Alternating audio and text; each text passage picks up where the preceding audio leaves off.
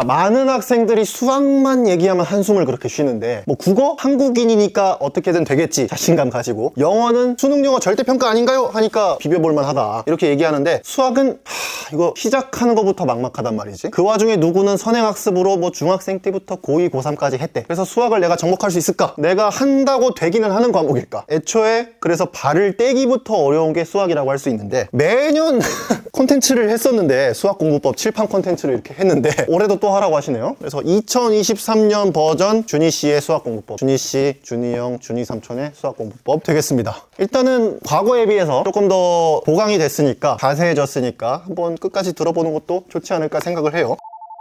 일단은 첫 번째 주제, 선행에 대해서. 자, 시작부터 어려운 거다. 자, 선행학습 해야 하나요? 유독 이제 수학에서 선행이라고 말을 많이 하지. 학년별로 배우는 게 오히려 정해져 있으니까 말이지. 선행학습을 왜 할까 한번 생각을 해보면, 당장 10월 초에 시험 치는 거 지금부터 진도 열심히 나가서 문제까지 미리 풀어보고 시험 보기에는 자신이 없으니까. 그래서 미리 개념이라도 배워두고 학기 중에는 문제만 좀 풀려고 하는 거 아니겠니? 그리고 이미 몇몇 공교육 현장에서 많이들 그렇지, 학생들이 다 선행을 한 걸 알아. 그러니까 선행을 했다는 걸 전제로 수업을 진행하는 모습도 볼 수가 있는데, 이런 질문 어쨌든 거의 그냥 매번 받아. 특히 방학 때면 매일 받아. 뭐 당연히 뭐든지 빨리 시작하면 좋겠지만, 나는 근데 그렇게 생각해. 고1 기준으로 얘기할게. 수학을 잘하겠다고, 수상수화를 내신 시험을 모의고사를 잘 보겠다고 중학교 1, 2학년부터 공부할 필요는 난 없다고 생각하는 쪽. 굳이 할 거면 중3 2학기 아니면 겨울방학을 이용하자, 이런 쪽인데, 표를 한번 보면은 예를 들어 중학생 때 고1 수학을 열심히 선행을 했어. 고1 내신을 위해서 고1 수학을 이렇게 3년이나 하는 건 난 낭비라고 생각하고, 한편으로 3년씩 빨리 한다. 중1 때 고1 선행, 중2 때 고2 선행, 중3 때 고3 선행 하다가 고1 때 막상 고1 수학을 잊어버리는 케이스도 난 굉장히 많이 봤거든. 그럴 거면 선행을 왜 했냐, 선행의 효과마저 의문이 드는 그런 결과가 생길 수도 있겠지. 그래서 여러분들 한번 잘 생각해봐. 당연히 내가 아까 선행하는 이유 알려줬지. 개념을 해놓고 막상 시험 기간에는 문제풀이에 집중하기 위해서 이렇게 얘기를 했는데, 여러분들이 여기까지 생각을 안 하고 그냥 옆에 사람들이 다 하니까, 옆에서 하라고 하니까, 부모님이 하라고 하니까 라고 해서 선행을 한다면 한 번쯤 의문을 가져보란 얘기지. 다만 이런 일이 있을 수 있어. 선행을 안 해서 너무 불안해서 정신이 나갈 것 같아, 미칠 것 같으면, 그러면 한 학기에서 길어야 1년 정도는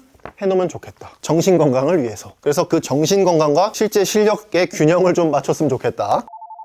수학 얘기하면 이런 친구들이 많지. 뒤늦게 시작하는 친구들. 중학교 때 공부 안 했는데 고등학교 1학년 수학을 해야 되는 예비 고1, 고1까지 펑펑 놀다가 고2 수학 수원수투를 해야 되는 예비 고2, 뭐 이런 친구들이겠지. 이 친구들 마음이 급할 거야. 특히 중학교 수학 몰라도 될 것 같은데, 어쨌든 고등학교 거 잡아야 될 것 같은데 라고 생각을 하는데, 중학교 수학 개념이 부실하면 고등학교 수학에서 반드시 발목이 잡힌다. 중학교 수학을 다 볼 것까지는 아니고 고등학교 과정에 꼭 필요한 개념 25개를 내가 저기에 올려놨거든.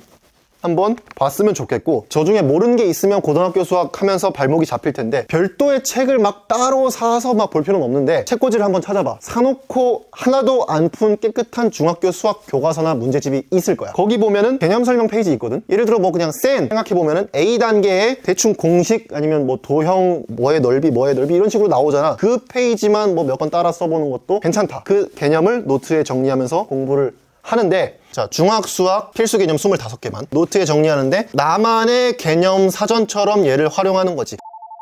세 번째 주제, 수학 공부의 첫 단추는 반드시 수업과 함께 하자는 건데, 수업을 잘 듣는 거 되게 당연한 얘기지. 근데 특히 수학 개념은 수업을 듣는 걸로 시작을 하길 권해. 책보다도, 교재 보는 것보다도 말로 듣는 걸로 시작을 하기를 권하는데, 예를 들어 이런 경험이 있을 거야. 교재에서 내가 안 배운 범위, 아직 안 배운 범위를 펼쳐보고 나 이거 나중에 이해할 수 있을까? 라고 걱정해본 경험, 거기다가 막상 이거를 나중에 수업으로 배웠더니 이해되네? 그랬던 경험이 분명 있을 거란 말이야. 그래서 실제로 학교 선생님 혹은 학원 선생님, 인강 선생님이 수업으로 칠판에 적어주면서 하는 수업이, 말로 하는 수업이 여러분들에게 실제로 귀에 잘 꽂힌다. 이 수업과 함께 하는 게 중요한 이유는, 수업과 함께 안 하면 개념을 여러분한테 체화시키는 거, 체득하는데 굉장히 비효율적이야. 예를 들어 이런 거야. 자, 여러분 2차 함수에 일반형에서 표준형 만드는 거 기억나니? 이거 글자로만 이해하면 5개념 잡힌다. 예를 들어 처음부터 책을 보면 아마 이렇게 이해하게 될 거야. 나는 경험담인데 일반형 이렇게 생겼지? 에서 표준형으로 바꾸면 이렇게 생긴다라고 알려줘. 그리고 우린 웬만하면 책부터 보면은 결과만 보게 되는데 이렇게 써져 있을 거란 말이야. 이런 식으로 텍스트부터 머리에 들어오면은 여러분들 이거 공식처럼 암기하려고 할 거야. 그래서 예를 들어서 띄워준 걸 보면 y는 2x제곱 마이너스 4x 플러스 7 같은 게 있을 때 2 대입하고 마이너스 4 대입하고 2 대입하고 마이너스 4 대입하고 막 이런 식으로 다 대입해야 되는 걸로 알기 쉬운데 수업을 들으면은 이걸로 바꾸는 과정을 알게 돼. 이거를 텍스트로 그냥 바로 받아들이게 되면은 이거를 다 외워야 되고 공식 갖고 다 대입해야 되는 것처럼 우리가 생각하기 때문에 시간도 오래 걸릴 뿐더러 실수할 위험이 커져. 근데 이거를 실제로 아마 해보면 알 거야. 이거를 칠판 보면서 학교 선생님 말 들으면서 과정을 함께 본다면은 실수할 가능성도 줄어들고 시간도 절약되고 효율적이다. 그래서 어쨌든 학교 수업이든 학원 수업이든 인강 수업이든 과외 수업이든 말로 수업을 먼저 듣자. 근데 난 한 가지 얘기하고 싶은 게 자, 첫 단추로 수업을 들어야 된다. 수업이 끝이면 안 된다. 수업을 듣는 것만으로는 여러분이 원하는 실력과 문제풀이 속도를 갖추기가 어려워. 여러분한테 조언을 하고 싶은 게 별도의 개념서 스스로 풀어볼 문제집이 있어야 한다. 이건 예전 영상에서도 항상 말했던 것들. 최소 한 권씩. 문제집은 이제 나중에 수준이 올라갈수록 뭐 한 권씩 더 사겠지. 학교 수업 끝나고 한 번씩 다시 볼 개념서와 문제집을 준비하면 어쨌든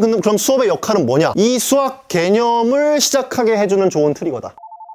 자, 다음은 여러분들이 너무 귀에 못이 박히도록 들려서 그만 듣고 싶은 그 얘기를 할 건데 아니 수학이 개념이 중요하다는데 도대체 개념이 뭔데? 그 개념의 개념이 뭔가? 그냥 쉽게 얘기할게. 개념의 사전적 정의 이런 건 모르겠고 나도 여러분들 집에 있는 개념서 한번 보면은 대부분 이런 틀일 거야. 도입부, 뭐 설명 많은 거 얘기하는 거고 그 다음은 필수 예제, 유제 뭐 아마 연습 문제도 있겠지? 요런 게 반복될 거야 계속. 그 다음 다음 단원 이럴 건데 나는 여기까지가 개념. 그러니까 여러분들 흔히 오해하는 게 개념이 잘 돼 있다를 요거만 정리, 뭐 성질, 공식만 잘 외우면 되는 거 아니냐라고 생각을 할 수 있는데 얘는 시작일 뿐이다. 필수예제, 유제까지 돌려보는 게 개념 공부다 라고 나는 생각을 하고 왜냐? 필수예제랑 유제를 풀어봄으로써 앞서 배운 뭐 정의, 성질, 조건 등등이 어디에 쓰이는지 알 수 있기 때문이지. 그래서 이 도입부에 해당하는 얘기, 뭐 정의, 뭐 아니면 무엇의 성질, 어떤 정리, 어떤 공식 뭐 이런 게 나올 거야. 보통 친구들이 요걸 다 외워야 된다. 무작정 외우자. 뭐 영어 단어 외우듯이 외우자. 아니면 뭐 깜지 쓰듯이 쓰자. 뭐 이렇게 생각을 할 텐데 그렇게 하는 게 아니고 어떻게 하면 좀 더 효율적이고 여러분들이 안 까먹을지 한번 얘기를 해주자면은 예시 하나 들어볼게요. 여러분들이 수상 예비 고1이 많이 볼 테니까 여러분들이 수상에서 가장 먼저 마주치는 관문이 아마 뭐 이런 거겠지. 곱셈 공식이죠. 예를 들어서 곱셈 공식 1번을 써보면 a 플러스 b의 완전 제곱은 a제곱 플러스 2ab 플러스 b제곱인데 물론 암기력 좋은 친구들은 이거 다 외워요. 그리고 이거 가지고 곧잘 응용을 한단 말이야. 근데 내가 생각하는 고등학교 수학은 알던 걸로 모르는 것을 설명하는 학문이라고 생각을 해. 알던 것에서 모르는 것을 설명하면 알던 것을 기반으로 왜 모르는 것이 풀리는가 그 왜를 설명을 해야 돼. 이 곱셈 공식 하나마저도 왜 이렇게 나오는지 전개를 해가지고 우리가 알던 것을 활용해서 왜 이렇게 전개가 되는지 설명해보는 과정이 필요하다. 왜? 수학의 본질 자체가 내가 생각하기에는 알던 걸로 모르는 거를 푸는 거라서. 이거 한번 노가다 같지만 해볼게. a 플러스 b의 제곱 이거 a 플러스 b랑 a 플러스 b로 쓸 수 있잖아. 여기에 뭐 나와? 원래는 여기 곱하기 기호가 있어야 된다. 중학교 수학에서 배웠던 문자와 문자 사이의 곱은 곱하기 표시를 생략할 수 있다. 요거 중학교 때 배운 거 나오고 요거 전개하면 전개 이렇게 한다. 분배 법칙 나오고 a, b, bb 뭐 이렇게 나와. 그 다음 보면은 요 a 이거 a 제곱으로 축약할 수 있다. bb b제곱으로 축약할 수 있다. 이거 중학교 때 배웠지? a, b, ab는 뭐 그대로 씁시다. ba는 뭐야? ab로 바꿔 쓸 수 있어. 이거 왜 그래? 곱셈의 교환 법칙이야. 다시 한번 a 제곱으로 만드는 거 이거 거듭 제곱의 정의. ab는 뭐 그대로 나왔어. 이거 곱셈의 교환 법칙 활용했어. 이거 거듭 제곱의 정의. 그래서 일단 더해. 자 다음 이건 뭐야? 동량이지. 그래서 우리가 아는 결과가 나오는 거란 말이야. 여기서 우리가 뭘 습관을 들여야 되는 게 알던 걸로 모르는 거 설명하기. 여기에 뭐 예를 들어서 혹시나 공부를 좀 더 재밌게 하고 싶으면은 난 이렇게 풀어서 설명하면 재밌던데 왜 사람들이 이걸 외우는지도 한번 머릿속으로 생각을 해보면 좋겠지. 일종의 스토리텔링을 해보는 거야. 예전에 수학은 일종의 귀족들의 스포츠였는데 누가 이거를 예를 들어서 뭐 x 플러스 1의 완전제곱 x 플러스 2의 완전제곱을 이런 식으로 다 풀던 귀족이 너무 하기 싫어서 하인한테 다 숙제를 시켰더니 하인도 귀찮아가지고 빨리빨리 해버리고 싶다 해서 이 공식을 쓰게 되었다. 이런 식으로 스토리텔링도 해보면 좀 더 암기하기도 쉬워지겠지. 무작정 눈 질끔 감고 a 플러스 b의 완전제곱은 이런 식으로 하지 말자는 얘기예요. 그러면 누군가 이렇게 물어볼 수 있어. 그럼 증명을 외워야 되나요? 라고 물어볼 텐데 그냥 이렇게 같이 책이나 학교 선생님이나 학원 선생님이나 이런 분들의 흐름을 따라가면서 몇 번 따라 써보는 걸로 난 충분하다고 생각을 하고 하나 더 알면 좋겠는 게 외우기보다는 하다 보니 외워지더라 라는 경험을 수학에서 꼭 해봤으면 좋겠어. 난 이게 제일 중요한 것 같아. 다음은 필수 예제인데, 필수 예제는 왜 내가 개념에 넣었냐면은 앞에 배운 거를 어떻게 써먹는지 알게 해주는 정말 중요한 부분이야. 대부분의 이제 개념서에서는 필수 예제를 풀이랑 같이 써줘. 그래서 이걸 어떻게 해야 되냐. 필수 예제가 뭐 예를 들어 1-1번 그 다음에 문제 브르르르 읽고 모범 답안 같은 게 있을 거야. 그러면 이거를 이렇게 신문기사 읽듯이 눈으로만 쓱 읽으면은 이 책을 제대로 씹어먹지 못하는 거란 말이야. 그렇다고 이 문제랑 풀이를 그대로 필사하는 것도 바보고, 그럼 어떻게 하라는 건가? 수업 시간 한번 생각해 볼래? 예를 들어 이런 문제를 학교 선생님, 학원 선생님이 풀어준다. 그럼 이거 어떻게 해? 요거 그대로 정리? 아닐걸? 아마 칠판에 요약해서 적으실 거야. 필요한 부분만. 웬만하면 수식 위주로 적을 건데, 이걸 나는 다른 곳에서도 그렇게 말하는지 모르겠는데 문제 요약이라고 부를게. 그냥 문제 요약으로 여러분이 필요한 부분만 남겨야 된다, 이런 거야. x에 관한 2차 방정식 x제곱 마이너스 2 괄호 k 마이너스 a 괄호 닫고 x 플러스 k제곱 플러스 a제곱 마이너스 b 플러스 1이 0이 실수 k의 값에 관계없이 중근을 가지도록 실수 ab의 값을 정하여라. 이렇게 돼 있는데 요약을 해보자고. 그러면 일단 식 적고, 그 다음 실수 k 관계없이 중근 a, b는 무엇인가, 이런 식으로 적으면 일단은 분량이 반토막 나죠. 그래서 여기 요약본,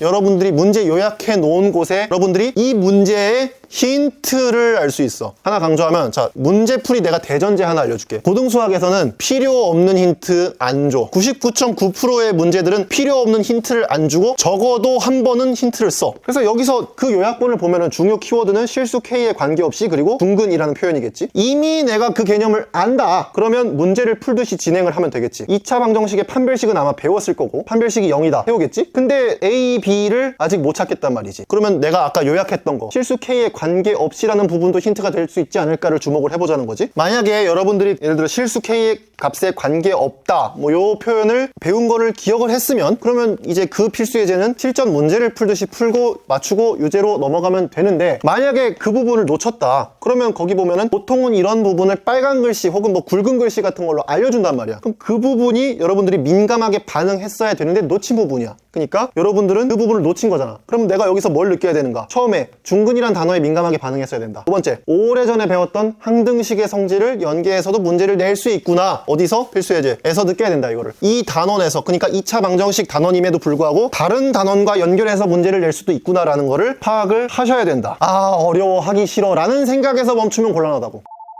그 다음에, 자, 유제는 뭐냐면, 유제는 필수 예제에서 얻은 교훈, 말하자면 레슨을 가지고 풀 수 있도록 만들어진 유사한 문제란 뜻인데, 보통 이제 숫자를 바꾸거나 표현을 조금 바꾸거나 해서 나올 건데, 좋은 유제는 필수 예제에서 배운 것을 스스로 다시 풀어볼 수 있게 만드는, 스스로 적용해 볼 수 있게 만드는 문제야. 뭐 필수 예제를 공부를 잘 했다 그러면 유제는 어떻게 대처하면 되냐면, 실전 문제를 풀어본다라고 생각하고 도전을 해보는데, 유제까지 스스로 만약에 풀어서 맞췄다 그러면 나는 필수 예제랑 유제 한 세트 공부가 끝난 거야. 근데 스스로 풀 수 없어 만약에, 그러면 필수 예제로 돌아간다.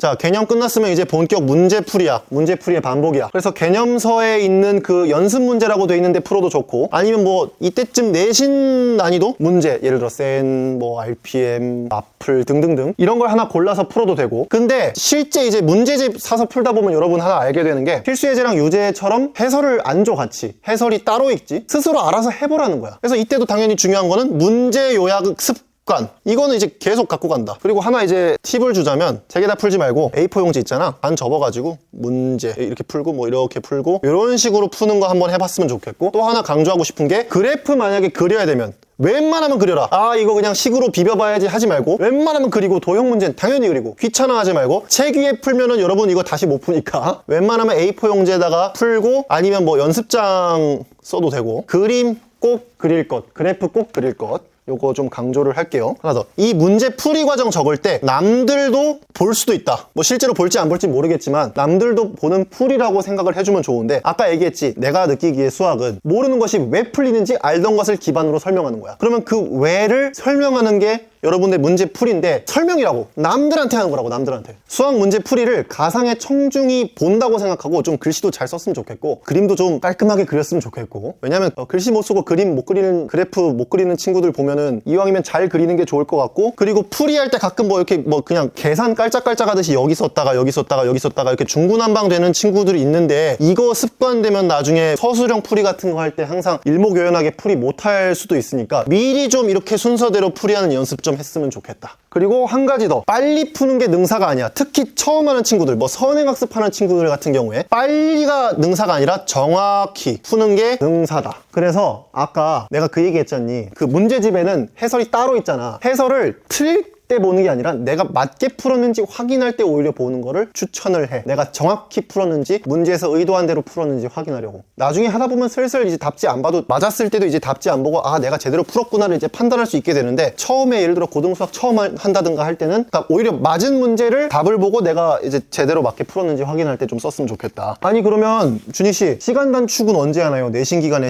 그 내신 시험 빨리빨리 풀어야 되는데 그거는 내신 기간에 하면 됩니다. 이따 알려줄게.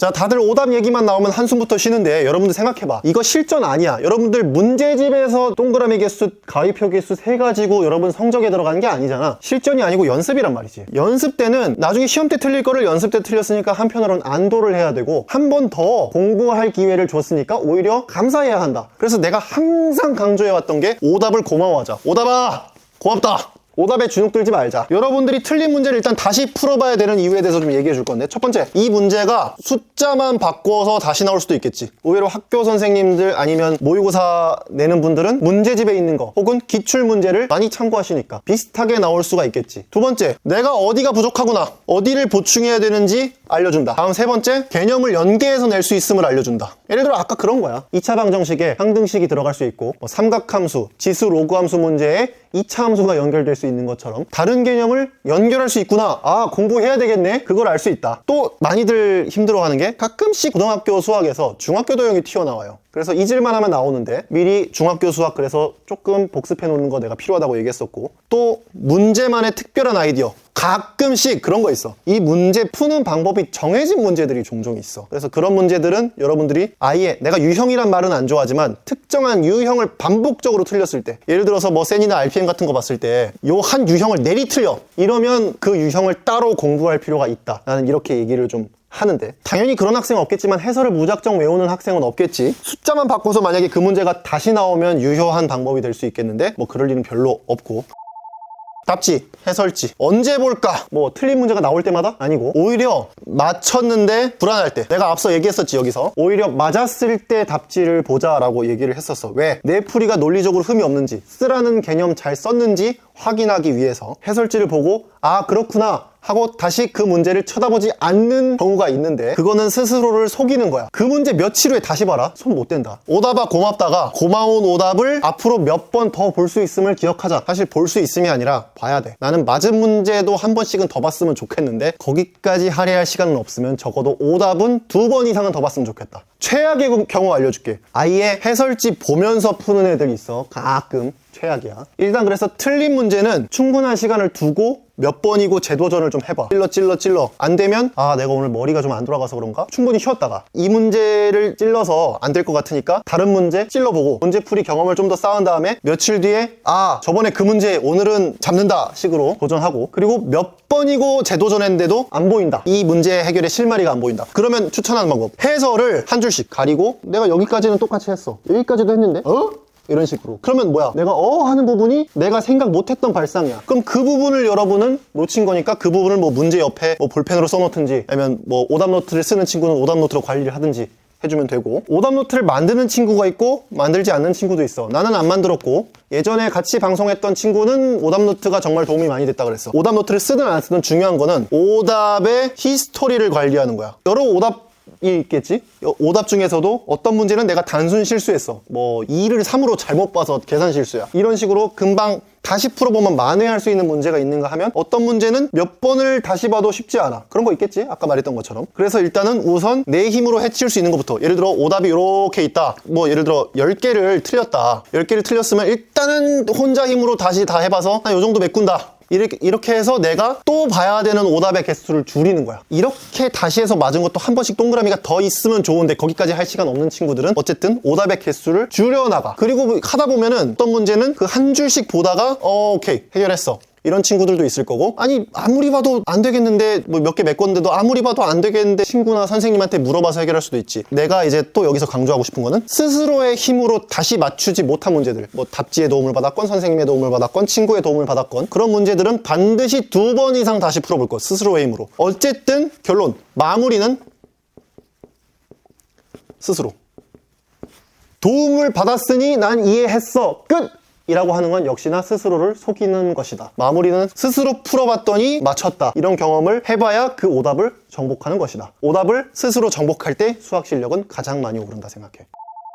다음 이제 여러분들이 보는 2가지의 시험이 있지. 모의고사 그리고 내신, 2가지 시험에 대비하는 수학 공부 전략을 알려줄 텐데, 모의고사와 내신은 같은 범위를 가지고 치르는 시험인데 조금씩 스타일이 다르고 전략이 달라요. 예를 들어 이런 거야. 모의고사는 100분을 주고 30문제야. 여러분들이 원하는 목표를 맞추기 위해서는 뭐 당연히 어려운 문제를 맞추는 건 당연한데, 특히나 어려운 거, 이제 과거에는 킬러라고 불렀던 것들, 얼마나 어려운 문제까지 풀 수 있니?를 묻는 거고, 내신은 보통 한 교시 50분이지. OMR 카드 작성해야 되니까 OMR 카드 작성하는 시간 빼면 한 45분 되겠지. 뭐 20문제 내외에다가 뭐 당연히 난이도 변별력 문제 있겠지만, 내신은 속도, 야 너 얼마나 빨리 풀 수 있니? 이것도 물어봐. 그래서 2가지 대비하는 전략이 조금씩 달라. 근데 일단은 여러분들은 뭐를 기준으로 공부를 했으면 좋겠냐? 여러분들은 수시, 정시 다 챙기는 게 목표잖아. 그래도 여러분들은 모의고사를 기준으로 준비를 하면 좋겠어. 왜? 얘가 좀 더 어려워. 일단 모의고사 당연하지만 기출문제 푸시면 됩니다.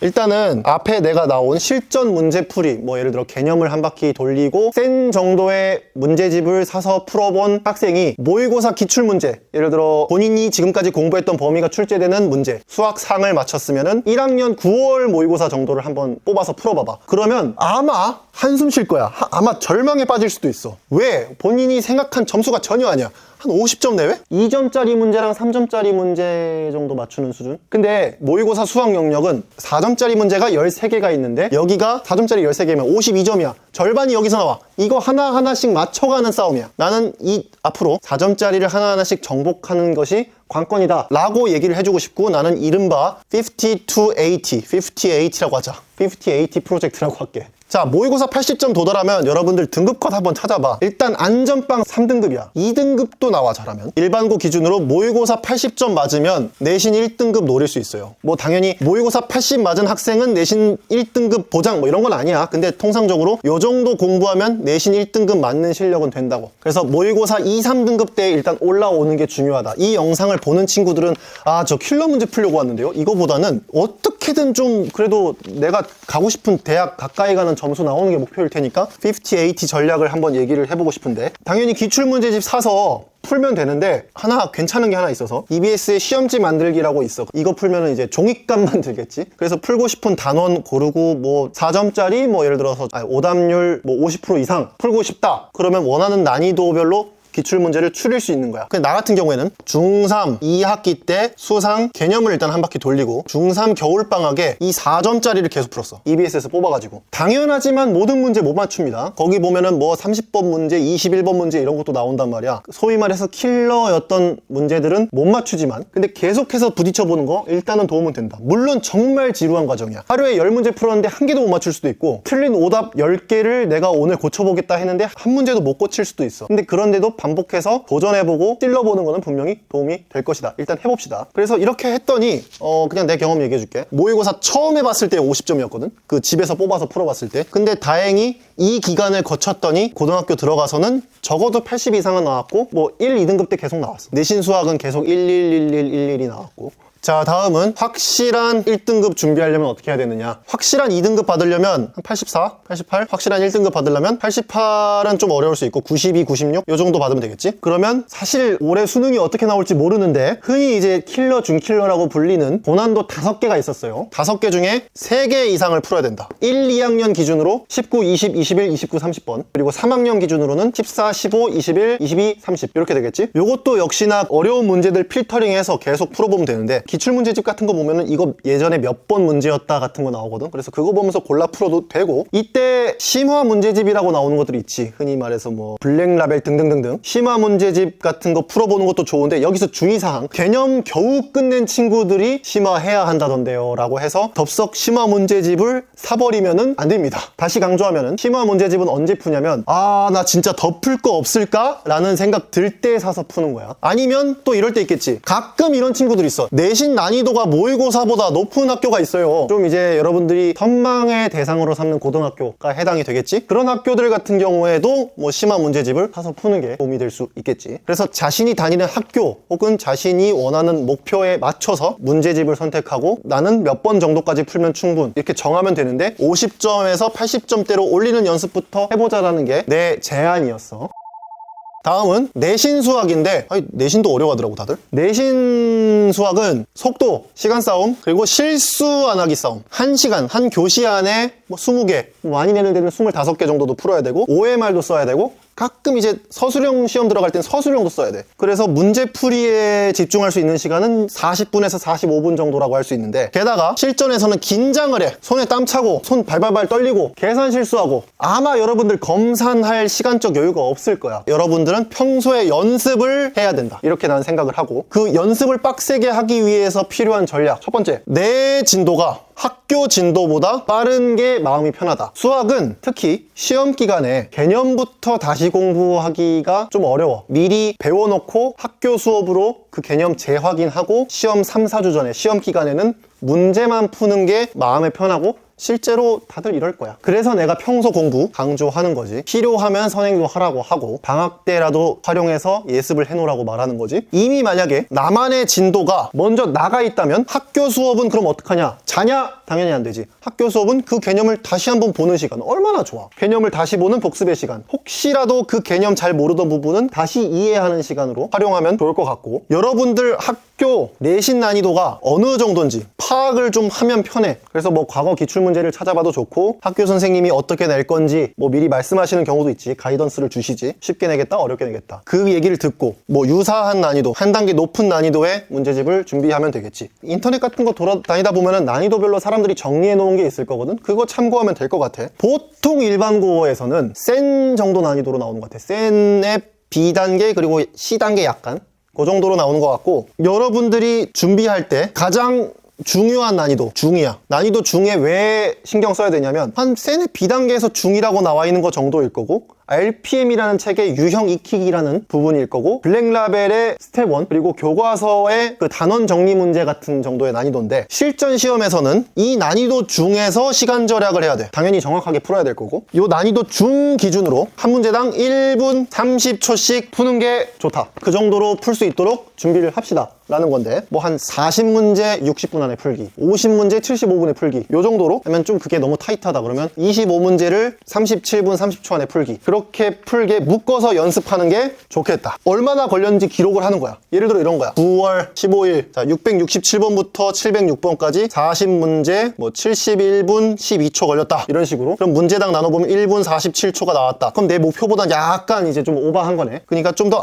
조금 더 빨라져야겠구나, 내가 피드백을 스스로 할 수 있겠지. 그래서 이 연습을 반복을 해서 한 문제당 1분 30초 안에 푸는 속도를 좀 갖췄으면 좋겠고, 만약에 내가 변별력 문제를 맞추려고 한다. 왜냐면 상위권 노리는 친구들은 여기는 이미 해결됐어. 변별력 문제 푸는 게 관건이거든. 좀 더 어려운 난이도의 문제를 사서 공부를 한다면 문제당 목표 시간을 뭐 2분, 3분, 4분 이렇게 늘릴 수 있겠지. 근데 그게 어디서? 이 난이도 중 문제에서 시간을 최대한 줄여서 변별력 문제 풀 시간을 확보한다는 거. 여러분 그 전략으로 가자. 역시나 이 문제를 한 바퀴 돌리고 나면은 오답이 막 흩어져 있을 거야. 그러면 이때 다시 한번 외치자고. 오답아.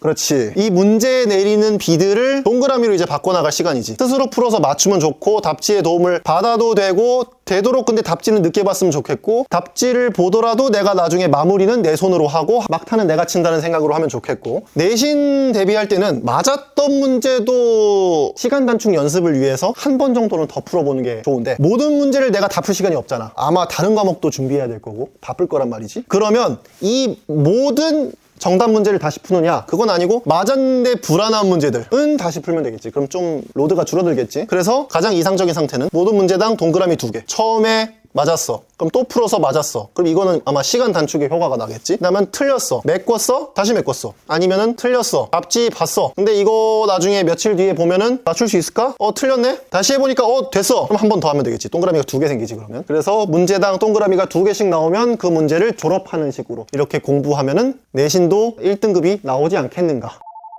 자, 지금까지 그래서 23년 버전으로 수학 공부법 내가 어떻게 공부하는 순서부터 모의고사와 내신에 맞춰서 각각 어떻게 준비해야 되는지 전략까지 다 얘기를 해봤는데 여러분들에게 유익했으면 좋겠고 많은 도움이 됐으면 좋겠어. 실제로 이걸 보고 나 지금까지 무작정 모의고사 문제만 보면 주눅 들었는데 4점짜리 문제를 하나씩 풀어가면서 발전한 나를 느꼈으면 좋겠어요. 이런 친구들도 좀 생겼으면 좋겠고 나 지금까지 오답 보면 한숨만 쉬었는데 알고 보니 오답은 고마운 존재였네요. 지금까지 나는 답지부터 봤는데 나를 속이고 있었네요. 이런 걸 좀 여러분들이 느꼈으면 좋겠어. 유익했다면 댓글 달아주고 좋아요, 구독도 눌러줬으면 좋겠고 혹시나 더 궁금한 게 있으면 나한테 DM을 보내거나 댓글을 달아줬으면 좋겠어. 그러면 내가 답장할 수 있는 선에서 답장하도록 할게. 수학은 여러분이 생각하는 것만큼 그렇게 무서운 과목은 아니다. 한번 해보자. 알겠지? 화이팅!